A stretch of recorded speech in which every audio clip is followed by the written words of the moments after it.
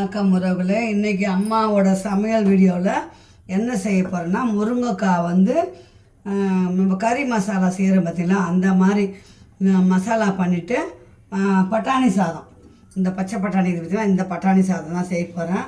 வாங்க வீடியோக்குள்ளே போகலாம். ஸ்கிப் பண்ணாத பாருங்கள் வீடியோவை. அம்மா ஸ்கிப் பண்ணாமல் தான் வீடியோ போடுறேன் பாருங்கள். முதல்ல முருங்கைக்காவை பண்ணிக்கலாம். அப்போ தான் நமக்கு ரைஸ் சூடாக இருக்கும் இல்லைங்களா. அதனால் 2 ஸ்பூன் எண்ணெய் ஊற்றிக்கலாம். ஃபஸ்ட்டு முருங்கைக்காவை ரெடி பண்ணி எடுத்து வச்சிட்டோம்னா குக்கரில் சாப்பாடை தாளிச்சிடும், சாப்பிட சூடாக இருக்கும்.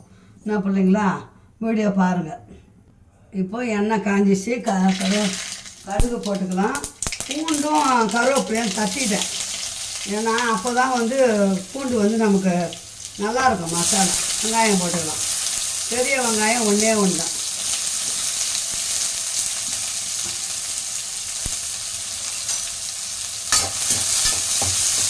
வெங்காயம் நல்லா வதக்கிக்கலாம் பிள்ளைங்களா. இப்போ வெங்காயம் வதக்கிச்சு, ஒரே ஒரு தக்காளி. அப்போ தான் நமக்கு சாப்பாடு தொட்டுக்கிறதுக்கு நல்லாயிருக்கும். சாம்பாருக்கு ரசம் இருந்தால் கூட போதும். இந்த மாதிரி முருங்கைக்காய் மசாலா பண்ணிட்டிங்கன்னா இந்த முருங்கைக்காய் சீப்பாக கிடைக்கும் போது நல்லா தாராளமாக செஞ்சு சாப்பிட்லாம். சரிங்களா. அம்மா அதான் எனக்கு அப்பப்போ முருங்கைக்காய் ரொம்ப பிடிக்கும். அது ஒரு அயன் சத்து நிறையா இருக்குது முருங்கைக்காயில். இப்போ வெங்காயம் தக்காளி வதங்கினோன்னா கொஞ்சம் உப்பு போடணும். கொஞ்சம் உப்பு போட்டுக்கலாம்.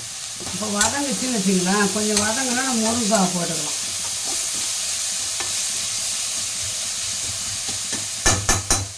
இப்போ இது பாருங்கள், 20 ரூபா தான் இது முருங்கைக்காய். 3 முருங்கைக்காய் அவ்வளோதான். அப்படியே போட்டேன். நல்லாயிருக்கும்.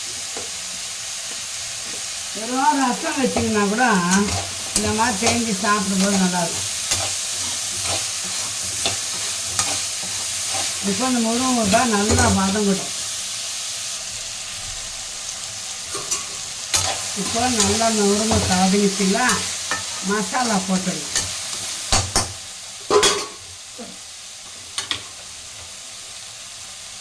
கறி மசாலா 1/4 ஸ்பூனு.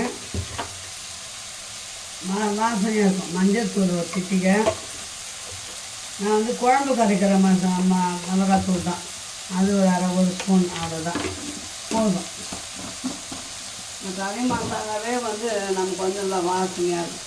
இப்போது தண்ணி ஊற்றி மிக்ஸி ஜாரை கழுவினோம் பார்த்திங்களா, அந்த தண்ணி இதுலேயே நல்லா சுண்டி வரும். கருவேப்பிலையை போட்டு அரைச்சிட்டேன் நான். கொத்தமல்லிலாம் கிடைக்க மாட்டேன் எங்கள் ஊரில். ஆனால் கருவேப்பிலையை போட்டு அரைச்சிட்டேன். இப்போது நல்லா மூடி வச்சிடலாம். நம்ம ஒரு 5 நிமிஷம் வேகட்டும். எப்படி இருக்குது பார்க்குறேன் சொல்கிறேன். இப்போ முருங்கைக்காய் செய்து முடிச்சாச்சு. கறி மாதிரி தொக்கு பண்ணியாச்சு. முருங்கைக்காய் இறக்கிட்டு அவ்வளோதான். கொத்தமல்லி இருந்தால் கொத்தமல்லி போட்டு இறக்குங்க. நம்ம கறி மெத்தடில் இருக்கும், டேஸ்ட்டாக இருக்கும்.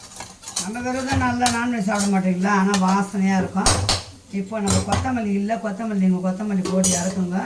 அம்மா இதை மூடி எடுத்து வச்சிடுறேன். அடுத்தது பட்டாணி சாதம் செய்ய போகிறேன். வாங்க பட்டாணி சாதம் எப்படி தாளிக்கிறேன்னு பாருங்கள். நெய் சாதம் மாதிரி தான், ஆனால் கொஞ்சம் வித்தியாசமாக இருக்கும். 1 ஸ்பூன் நெய் போட்டுக்கலாம், ரொம்ப வேண்டாம். அதுக்கப்புறம் 1 ஸ்பூன் எண்ணெய் ஊற்றிக்கலாம். நம்ம 2 கிளாஸ் அரிசி போட போகிறோம். அவ்வளோதான். ஒரு பெரிய ஸ்பூனில் எண்ணெயும் ஒரு பெரிய ஸ்பூன் நெய்யும் போட்டாச்சு. அதுக்கப்புறம் 2 காஞ்சி சோம்பு பட்டை, இந்த பட்டை போடுங்க, இதான் முக்கியம். இந்த இலை போடுங்க, அவ்வளோதான். அதுக்கப்புறம் 2 மிளகா, பச்சை மிளகா.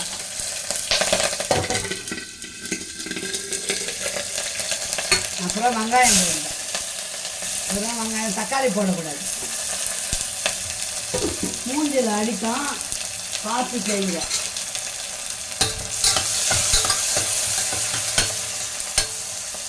அப்புறம் இஞ்சி பூண்டு பேஸ்ட்டு.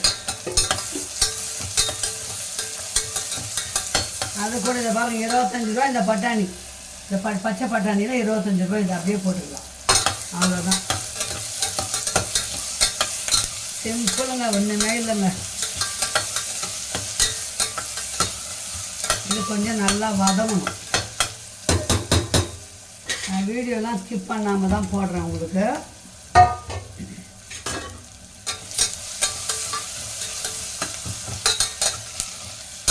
இப்போ இது வதங்குறீங்களா? இது பாருங்க அரிசி, அது சாப்பாட்டு அரிசி தான், சமையலுக்கு யூஸ் பண்ணுறோன்னா அந்த அரிசி தான். அரிசி போட்டாச்சு, அளவாக தண்ணி ஊற்றணும். இப்போ நம்ம எவ்வளோ சிம்பிளாக முடியுது பாருங்க. இப்போ 2 கிளாஸுக்கு 4 கிளாஸ் தண்ணி ஊற்றணும். தேவையான உப்பு போட்டுக்கலாம். தண்ணி ஊற்றிருக்கிற கொஞ்சம் கொதி வரட்டும், அதுக்கப்புறம் விசில் போடலாம். கொஞ்சம் கொதி வந்த பிறகு நம்ம குக்கர் மூடிடலாம். இப்போ நம்ம 2 விசில் விட்டுட்டு ஆஃப் பண்ணிடலாம். குக்கர் மூடி போட்டு விசில் விட்டுடலாம். பார்த்திங்களா, 2 விசிலில் சூப்பரான பட்டாணி சாதம் ரெடி ஆயிடுச்சு. வாங்க சாப்பிட்லாம். அப்படியே நம்ம சூடாக மூடி வச்சிடலாம். தேவைப்பட்டால் இது மேலே வந்து புதினா போடலாம், கொத்தமல்லி போடலாம். அவ்வளோதான். அப்படியே அம்மா வந்து மூடி வச்சிட போகிறேன். ஓகே செல்லங்களா, அம்மா சேனல் பிடிச்சிருந்து சப்ஸ்கிரைப் பண்ணி, லைக் பண்ணி, ஷேர் பண்ணுங்கள், கமெண்ட் பண்ணுங்கள் உறவுகளே. இன்றைக்கி முருங்கைக்காய் மசாலா இருங்க, ஒரு நிமிஷம் காட்டுறேன். பார்த்தீங்களா, முருங்கைக்காய் மசாலா பண்ணியாச்சு, பட்டாணி ரைஸ் செஞ்சாச்சு. வாங்க சூடாக சாப்பிட்லாம். ஓகே உறவுகளே, பாய். மீண்டும் ஒரு நல்ல வீடியோவில் சந்திக்கலாம். பாய் செல்லங்களா.